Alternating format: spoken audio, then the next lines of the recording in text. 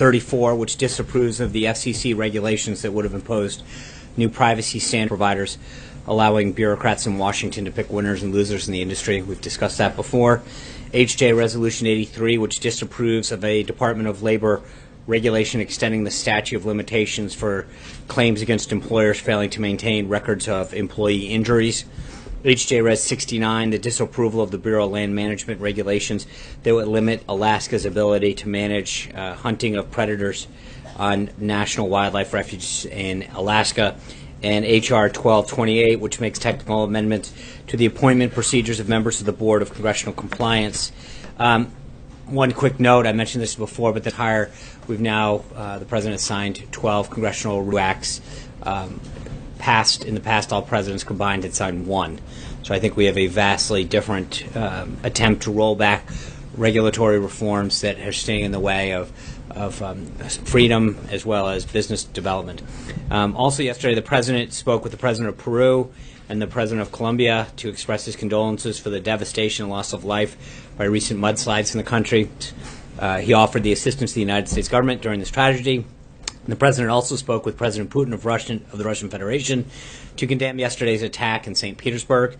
He offered the full in responding to the attack and bringing those to justice. We had readouts of both of those yesterday. With respect to today, this morning the President hosted a CEO town hall. I think some of you had the opportunity to go over there. The town hall was broken into 4 separate discussions: infrastructure, modernizing government services, workforce development, and the pro-business climate. A report released by the Pew Research Center yesterday showed a historic rise in public opinion about the economy. 58% of Americans say that the current economic situation in the United States is good, which is a 14% jump from last year, the largest one-year improvement. It's also the most positive Americans have been about the economy since before the recession. The American economy is already showing improvements under the President's pro-job, pro-business. The President was glad for the opportunity to speak to the CEOs from many industries about what his administration is doing moving forward to make it even easier to create jobs in America and making it even easier to do business in the country. This afternoon, in fact, literally momentarily, the President will be taking off the White House to go speak at the 2017 North America Building Trades Unions National Legislative Conference. I'm not going to get ahead of the speech, but I think it's fairly safe to say that he looks forward to speaking to the men and women who are building so much around our nation and the issues that mattered most to them, bringing back well-paying jobs, jump-starting American energy, rebuilding our infrastructure and trade. Later this afternoon, the President will have several meetings, including EPA Administrator Pruitt, Treasury Secretary Mnuchin, Congressman Dana Rohrabacher, Governor Torres of the Northern Marianas Islands. And this afternoon, we will have a background briefing here in this room at 4:30 on the upcoming visit with President Xi at 4. And then tomorrow, I know we had mentioned earlier in the week that there'll be a Wounded Warrior Soldier Ride. We're obviously tracking the weather on that. But this is really a great opportunity, and I know that the team is working with several media outlets who want to cover this to really pay tribute to the men and women who have fought and served for this country, and some of the efforts that they are being made now to really go out and show how they've recovered so well and compete. Like we're going to have some rain. I'll make sure that we share any updates with you. Last, before I get on your questions, we have a quick update on Syria. So, statement for you, and obviously, as I conclude, we will put it out. Today's chemical attack in Syria against innocent people, including women and children, is reprehensible and cannot be ignored by the civilized world. These heinous actions by the Bashar al-Assad regime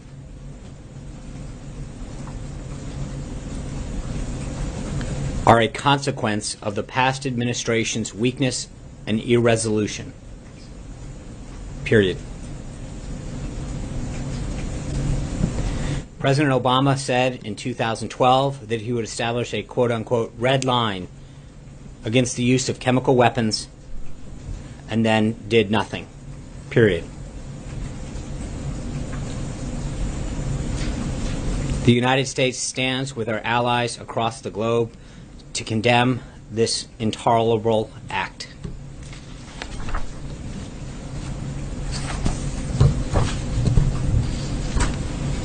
John. Thank you, Sean, I wanted to pick up on that statement. As you know, with this chemical attack on this rebel-held Syrian town, at least 100 deaths have been reported, at least 400 injuries. And I hope you could give some clarity in terms of the administration's position on Syria. Secretary of State Tillerson 2 days ago said that the Syrian people themselves should decide the future of the country. And at the same time, the U.S. ambassador to the UN, Nikki Haley, has said that Assad is a war criminal. So you just criticized President Obama's policy on Syria and the Red Line. What will the administration do in response to what we saw take place there over the past 24 hours? Thanks. I think the statement speaks for itself. I think a couple things. One is statements by both Secretary Tillerson and Ambassador Haley speak to the political realities of the situation in Syria in terms of, I think we had opportunities in the past several years to look at regime change. I think those are fundamentally, the landscape is fundamentally different than it is today. That being said, I think the President has made it clear in the past, and I will reiterate that today, that he is not here to telegraph what we're going to do, but rest assured that I think he has been speaking with his national security team this morning, and we will continue to have that discussion both internally with our national security team as well as with our allies around the globe. But I think the statement pretty much speaks for itself, what we believe that is, and then we'll go from there. Do you think there's any confusion with those two statements that I read earlier, one from Secretary of State Tillerson and the other from the U.S. Ambassador to the United Nations, Nikki Haley? No, as I say, one of them is just a statement of or both of their statements with respect to Assad speak to the political reality of. It's great to say, that there is almost an acknowledgement of the reality of the situation, politically speaking, in terms of his standing within the where we stand. There is not a fundamental option of regime change as there has been in the past. I think we would look like, to some degree, rather silly, not acknowledging the political realities that exist in Syria, and that what we need to do is fundamentally do what we can to empower the people of Syria to find a different way. Right now, those statements stand very squarely with what we will do today. I think that the comments in the statement are unequivocal when it comes to how we believe we view this attack on innocent people, the heinous nature of it.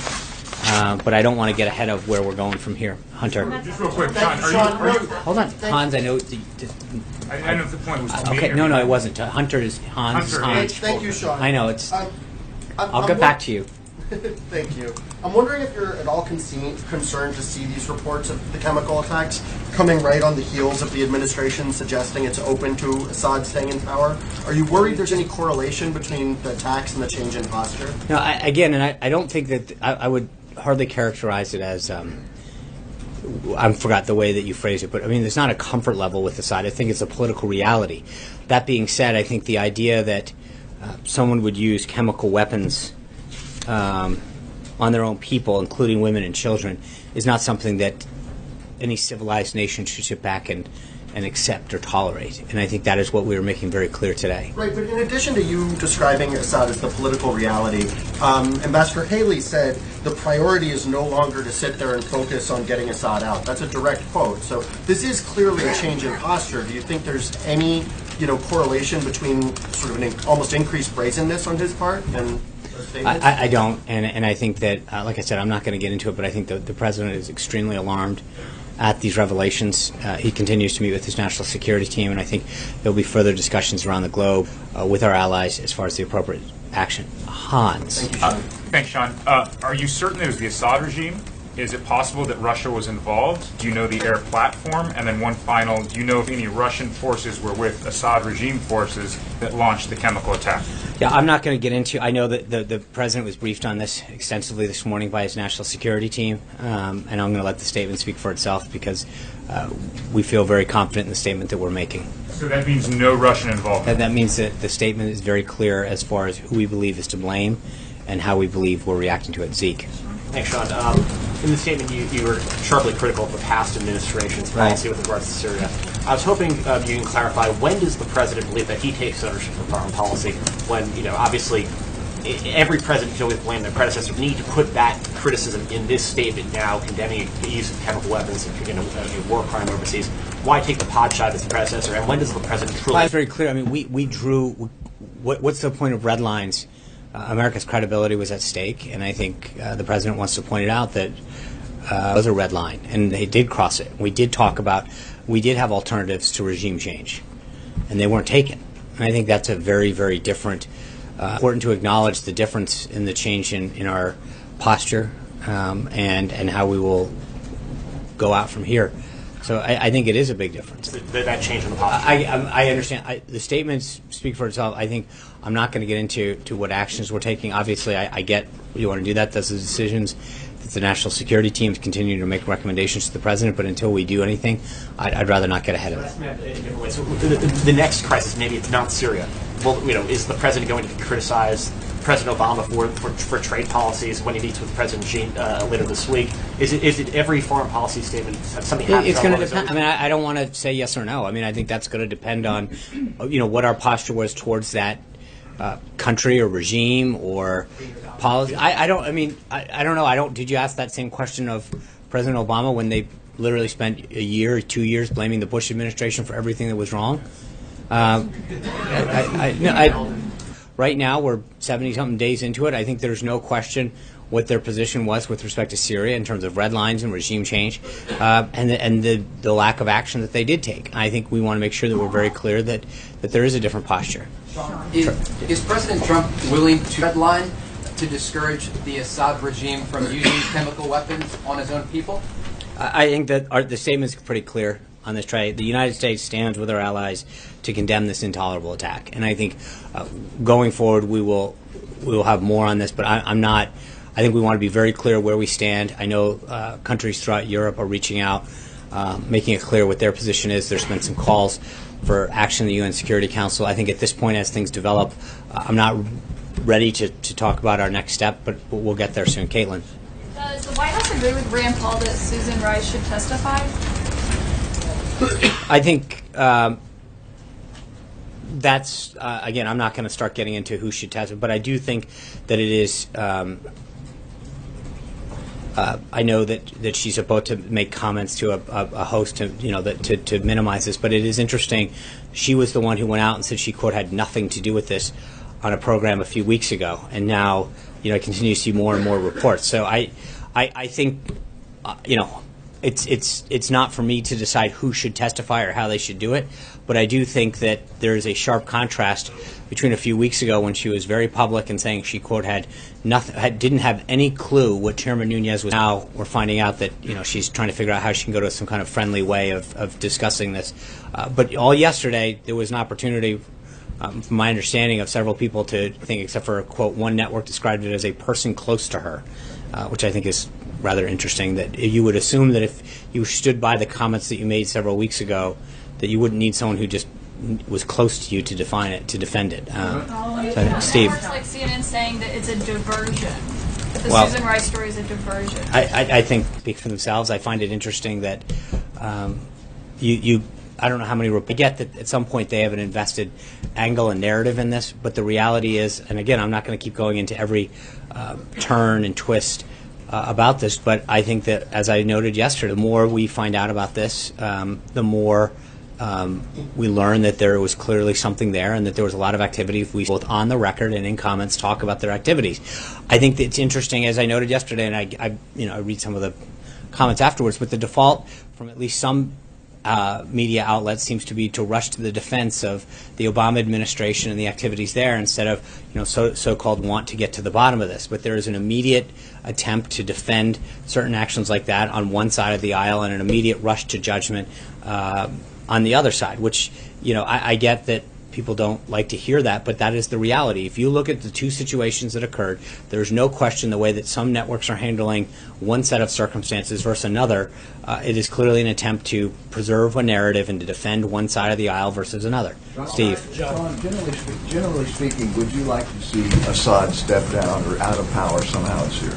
I think it's in the best interest of the Syrian people to not have anybody who would do the kind of heinous acts. Any leader that treats their people with this kind of activity and death and destruction. I mean, it's just, I don't think that anybody would wish this upon anybody. And are you confident that the United States will respond to this attack in some...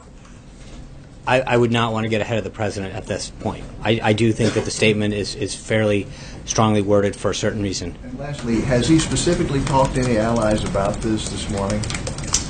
I'm not sure that he's spoken to any leader specifically. I know the team has been in contact.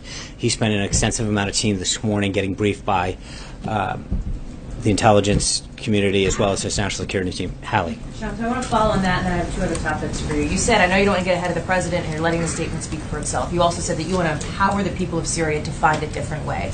How will the United States help empower them? Yeah, I don't think, again, we need to look at options at this point. I'm not going to get ahead of the president and the team. I think right now our concern is for the people of Syria and the victims of this attack. We have plenty of time to chart a way forward. Okay, so let me just ask you this. On the Susan Rice story, you said yesterday you believe that it was moving in a troubling direction. What do you find troubling about that story? Well, I find it troubling that someone would go out and talk about the fact that they, quote, had, and again, I'm paraphrasing because I don't have the exact quote in front of me, but I believe she made something to the comments. I have no idea what Chairman Nunez is talking about. And then through a person apparently that's close to her, continuing a narrative, but yet more that there was something there. And there's a question I've seen enough. You saw former Director Brennan talk about that if people were leaking this information, you have questions about what was the motive behind it. If it didn't have intelligence value, if it wasn't part of an ongoing investigation, what was the reason that somebody would have been amassed? The extent to which it goes. I think those are all there is a civil liberties component to this that should be very troubling in terms of the revelations that keep coming out. But so to pick up on that, do you believe it is improper for a national security advisor to request the unmasking of names? It would depend on the purpose of that. It depends on the purpose of why they were asking and what they were trying to accomplish. But if you believe this purpose was politically motivated, no, I'm not. Please don't. I'm not doing your mouth. Well, you are. You said you believe. I'm asking you. Okay, and I think the answer is that I think why I'm saying that we're going in a troubling path is I think that what we continue to see is that there's a lot coming out that says there was no value in this intelligence. And so the question is, why was somebody unmasked if that was the case? What was the purpose of requesting it? And how, the extent of which it occurred? If there is no intelligence or criminal value in it, how far did they do it? Who did they share it with? But I believe that there are more questions than answers at this point. My last question about healthcare. There's been a lot of discussion in the last 18 hours or so on the revival, potentially, of this healthcare bill. Speaker Paul Ryan said today it's in the concept stages, if you will. Can you talk about the White House's role in this and specifics? Are community ratings now on the table? Pre-existing conditions, will those be protected if the president made that? I think yesterday, Chief of Staff Priebus and the Tuesday group folks here in the morning, I know the Vice President and Mr. Priebus went up to Capitol Hill later in the afternoon. I know they've got some additional meetings today, I believe back on Capitol Hill. They're having some folks here. The President had a discussion with a couple of members on the House and the Senate over the weekend. I think that our goal is, and I know Chairman Walden of the House Energy and Commerce Committee has been talking to his members in particular and members of the different caucuses and groups up there, and some ideas that he thinks could be very helpful. He's talked to leadership. I think if we can, the same narrative that we've been talking about for a while, if we can get that group to get to 216, then I think that we'll move forward. I think the talks have been very productive. So it's back alive, would you say? I think the president, the president would like to see this done. If we can get a deal and it gets to those votes, which again, I'm not going to raise expectations, but I think that there are more and more people coming to the table with more and more ideas about how to grow that vote. And I think on both, not just in the House, but we've had some discussions as well as in the Senate. But I think both the Chief of Staff and the Vice President feel very optimistic with the tone of the conversation. And the ideas that are coming out and the willingness of folks to find common ground. John. Sean, could you talk about this Eric Prince business, this idea that he was trying to create a the president and Russia? His closeness to this administration, his sister being the education secretary, certainly creates an appearance, but could it also be problematic for the White House from the standpoint of well, this is what the Obama administration might have been looking into in scanning intelligence reports. Look, the thing that's interesting about the story is when you look at it, I mean, respectfully, I would call it flimsy. I mean, they use the first thing. The meeting took place around January 11th. He had no, quote, formal role with the campaign or transition team, although he apparently presented himself. He, quote, has ties to people, right? That's plural. When you go through the story, the tie that they have is that he appeared on Steve Bannon's radio show. When you look at the radio show, it says that he appeared on Steve Bannon's radio show in November. Steve Bannon gave up the radio show in August. I think that this idea that somebody who admittedly, on both sides, we say that he had no role in the transition. He says he has no role in the transition. But apparently he knows somebody who knew a guy in the UAE who also knew a guy in Russia, and they had to fly to the Seychelles on or around January. The Seychelles says, quote, they have no record of them being there. Government officials in the Seychelles, they were not aware of any meetings. But it is a bunch of flimsy pieces of information all tied together to create. But just so we're clear, there is no, they can't identify the other individuals.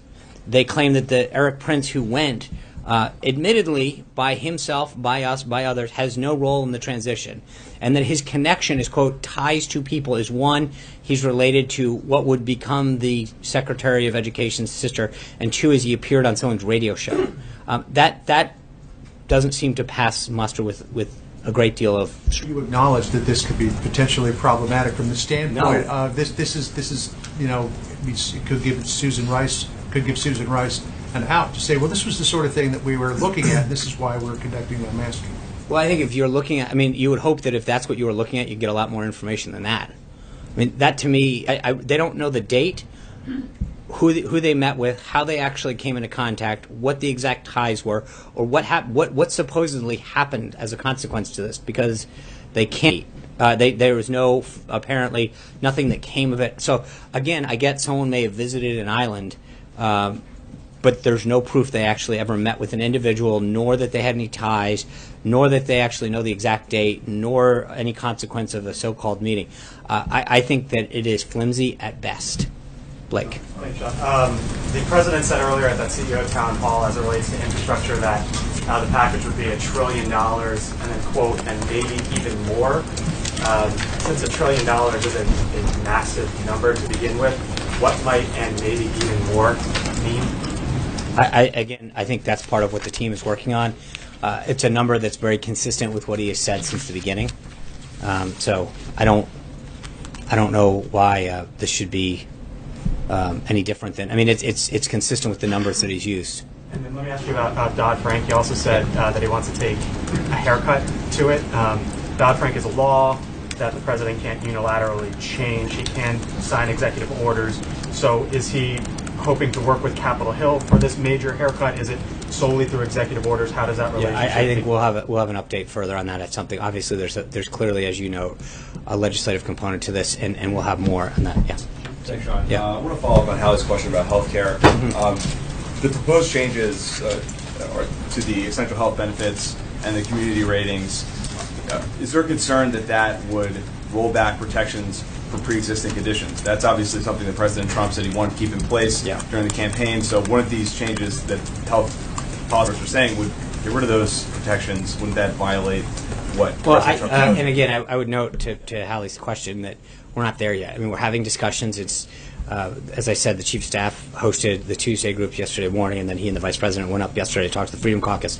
I think part of this is I get that there are disparate interests that are trying to pull this to one side or another, but I think that we understand the core principles of this, and we've got to make sure that we do whatever we do continues to get an outcome that grows the vote, not decreases the vote. And so I don't want to start prejudging where this thing is going to head at this